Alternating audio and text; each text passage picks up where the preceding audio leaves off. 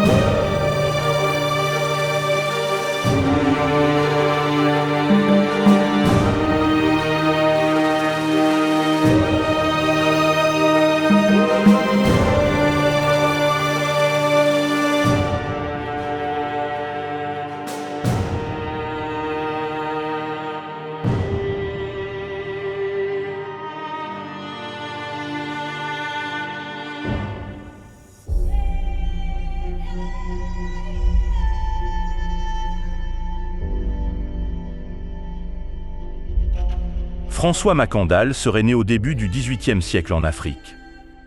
Cependant, son lieu de naissance exact ne fait pas l'unanimité parmi les historiens. Selon les anthropologues américains Mark Davis et Wyatt McGaffey, il serait né dans l'Empire Congo. Le nom Makanda viendrait du Congo et aurait été francisé. D'autres sources identifient son origine comme étant les montagnes de l'Atlas qui s'étendent sur le Maghreb, mais des chercheurs contemporains comme Sylviane Diouf ont spéculé qu'il pourrait être originaire des nations modernes du Sénégal, du Mali ou de la Guinée. Un autre point encore qui fait débat est sa religion. Pour certains, ces pratiques religieuses combinent des éléments Congo et pour d'autres, son origine serait plutôt musulmane. La thèse musulmane semble être supportée par le fait que Mackandal écrivait, parlait la langue arabe, et il répétait souvent le mot Allah dans ses prières. Plus tard, lui-même dira lors de son arrestation et interrogation à Saint-Domingue que Allah signifiait Dieu ou le Seigneur Jésus-Christ. Toutefois, son parcours de révolutionnaire suggère qu'il était bien imbu des pratiques religieuses traditionnelles africaines. Mais était-il un musulman? L'origine congolaise de Mackandal est la plus acceptée et la plus vraisemblable. Des données montrent que d'autres esclaves débarquaient dans les Caraïbes à cette époque et portant le nom Makanda venaient du territoire du Congo-Angola. D'après l'auteur Rodney Salnave, il est fort possible que Mackandal soit un Luba, une ethnie distincte de la République du Congo actuelle. Ceci expliquerait sa connaissance de l'arabe et de l'islam car les Luba ou Baluba fréquentaient les marchands swahili fortement islamisés. Soulignons aussi que les Luba croyaient en un Dieu créateur unique, ce qui n'est pas courant dans les religions africaines. Donc, il semble que Mackandal avait une connaissance de l'islam sans être musulman pratiquant. Mackandal buvait beaucoup le tafia alors que la consommation d'alcool est prohibée dans la religion musulmane. L'éducation de Mackandal laisse croire qu'il appartenait à une famille africaine d'un rang élevé car il savait lire et écrire, ce qui était très rare parmi les Africains réduits en esclavage. Cela suggérerait qu'on le préparait à occuper une position élevée dans son clan. Il avait du goût pour la musique, la peinture et la sculpture. Très jeune, il avait déjà des connaissances poussées des plantes. Ces connaissances vont lui servir plus tard à être reconnu comme un guérisseur mais aussi un concocteur de poison. Mackandal prisonnier est vendu et transporté à Saint-Domingue. La date de son arrivée dans la colonie française est incertaine. Il sera acheté et réduit en esclavage sur la propriété de Sébastien François le Normand de Mézy situé à Limbé. C'est sur cette plantation que le prénom François lui a été attribué. Il était non seulement apprécié par son maître grâce à son zèle et son intelligence, mais aussi par ses compagnons esclaves à qui il prodiguait des soins médicaux ayant une grande connaissance des plantes médicinales. Il participait souvent dans les danses vaudou organisées sur la plantation et était connu comme un grand séducteur parmi les femmes. La question de savoir si la main de Macandal a été coupée est sujette à débat aussi. Selon certaines sources, il aurait perdu une main dans un accident de moulin à sucre, ce qui l'aurait amené à s'échapper et à devenir un leader marron. Cependant, les détails exacts de cet événement ne sont pas clairement établis et varient selon les récits. Certains considèrent cette histoire comme une partie de la légende entourant Macandal. Dans l'arrêt du Conseil du Cap relatif à la condamnation de Macandal le 20 janvier 1758, il est écrit, et je cite, « Pour réparation de quoi il aurait été condamné à faire amende honorable, nu en chemise, tenant en ses mains une torche de cire ardente. » Tenant en ses mains, il est dit. De plus, dans une lettre écrite du Cap français le 24 juin 1758, décrivant la tentative d'évasion de Macandal, on peut lire « Le bourreau lui-même ne pouvait croire ce qu'il voyait. Il se jeta cependant sur le criminel, auquel on lia les pieds et les mains et on le rejeta dans le brasier. » Il n'y a aucune mention d'infirmité de Macandal. Ce qui est sûr, c'est que Macandal, révolté dans son être, n'acceptera pas sa condition d'esclave. Il s'enfuira pour se réfugier dans les montagnes et joindre les bandes de marrons.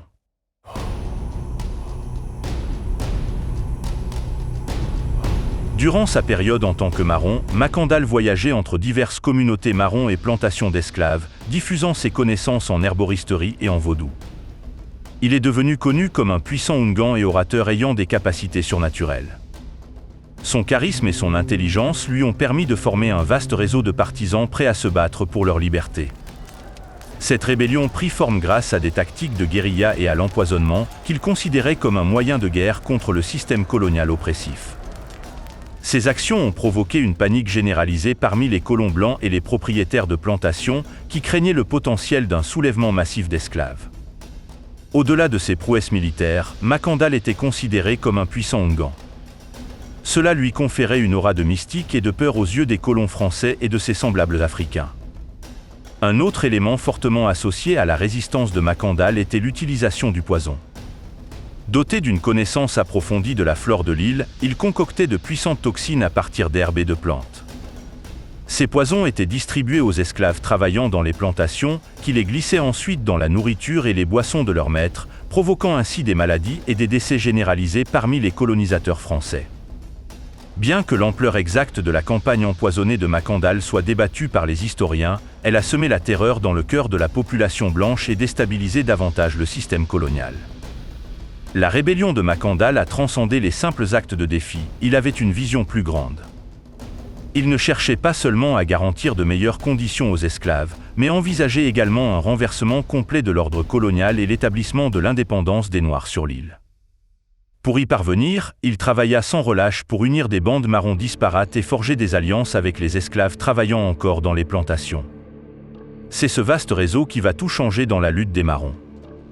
Le charisme et le message de libération de Macandal ont profondément résonné au sein de la population opprimée, le transformant en une figure messianique. Sa croyance inébranlable dans la justesse de sa cause en faisait un redoutable adversaire des Français. Macandal possédait apparemment une résilience presque surnaturelle. Certains affirmaient même qu'il pouvait changer de forme et échapper à la capture, renforçant ainsi la mysticité qui le caractérisait. Pour les esclaves comme pour les esclavagistes, il est devenu un symbole, une lueur d'espoir pour les premiers, un signe avant-coureur de malheur pour les seconds. Vu les troubles sans précédent que causait la révolte de Macandal, beaucoup d'efforts ont été déployés par les autorités françaises pour le neutraliser. En septembre 1757, à Sam, une jeune femme esclave, complice de Macandal, capturée par les Français, va, sous la torture, dévoiler la cachette de son chef. Cependant, les circonstances exactes de la capture de Macandal en 1758 restent floues et sujettes à débat. Des récits décrivent une embuscade tendue par les forces coloniales. Profitant des informations reçues sur ses déplacements, les soldats l'auraient encerclé et capturé après une confrontation. Macandal fut condamné à être brûlé vif. La sentence devait être exécutée le 20 janvier 1758 sur la place publique du Cap français, aujourd'hui Cap Haïtien. Ce jour-là, sur la place publique, un bûcher avait été dressé et une foule immense s'était amassée, avide de voir le supplice de cet homme qui avait défié l'ordre colonial. Les autorités, conscientes de la puissance symbolique de Macandal, voulaient faire de son exécution un exemple terrifiant pour tous les esclaves. Macandal, arrivé sur la place, enchaîné, ne montrait aucune trace de peur. On le hissa sur le poteau enfoncé dans le sol, et le bourreau commença à l'entourer de fagots de bois. Malgré cela, il haranguait la foule, proclamant sa liberté et sa foi en la victoire future des esclaves. Sa voix puissante et ses paroles incendiaires ont semé le trouble parmi les spectateurs, certains y voyant un signe de sa puissance surnaturelle. C'est alors que Macandal, dans un ultime défi à ses oppresseurs, tenta une évasion désespérée. Selon les récits historiques, il aurait réussi à briser ses liens et à se précipiter vers la foule, semant le chaos et la panique. Les gardes, surpris par cette résistance inattendue, se mirent à le poursuivre. Il est rattrapé et ramené à nouveau au bûcher où il sera lentement dévoré par les flammes. De nombreuses légendes racontent que Macandal n'a pas été réellement brûlé vif et qu'il a réussi à s'échapper du bûcher en se transformant en moustique ou en fumée. Sa réputation messianique a alimenté ces légendes, lui conférant une aura d'immortalité et d'invincibilité. Après la mort de Macandal, de sévères restrictions furent imposées aux esclaves, interdiction de la médecine traditionnelle, des rassemblements et du commerce. Ils interdirent l'utilisation d'armes à feu, même aux noirs libres. De nombreux des partisans de Macandal furent emprisonnés ou exécutés, mais le cœur du mouvement resta intact. Même les esclaves domestiques très appréciés des Blancs étaient profondément impliqués dans les complots en cours, alimentant la paranoïa parmi les propriétaires de plantations. Les empoisonnements se sont poursuivis pendant des décennies et les esclaves faisaient preuve d'insubordination inhabituelle, même lorsqu'ils étaient torturés. Macandal occupe une place majeure dans l'histoire de la lutte pour l'indépendance haïtienne en tant que précurseur et symbole de la révolte contre l'esclavage. Il fut le premier à mener une révolte à grande échelle dans la colonie de Saint-Domingue. Ce n'est pas un hasard si les révolutionnaires de 1791 choisissent le bois caïman situé sur l'habitation de Lenormand de Mézy où Macandal fut esclave et pratiquait des cérémonies religieuses. Cela montre l'importance que Macandal et son mysticisme avaient à leurs yeux. À cette époque, Macandal était le plus grand des héros des esclaves qui inspiraient leur lutte et leurs aspirations à la liberté. Toussaint Louverture avait 15 ans quand Macandal mourut et Dessalines allait naître 8 mois plus tard. Indéniablement, Macandal était le modèle de la prochaine génération qui allait conduire à l'indépendance. Une indépendance que Macandal fut le premier à invoquer dans la colonie, avant l'indépendance américaine et avant la Révolution française.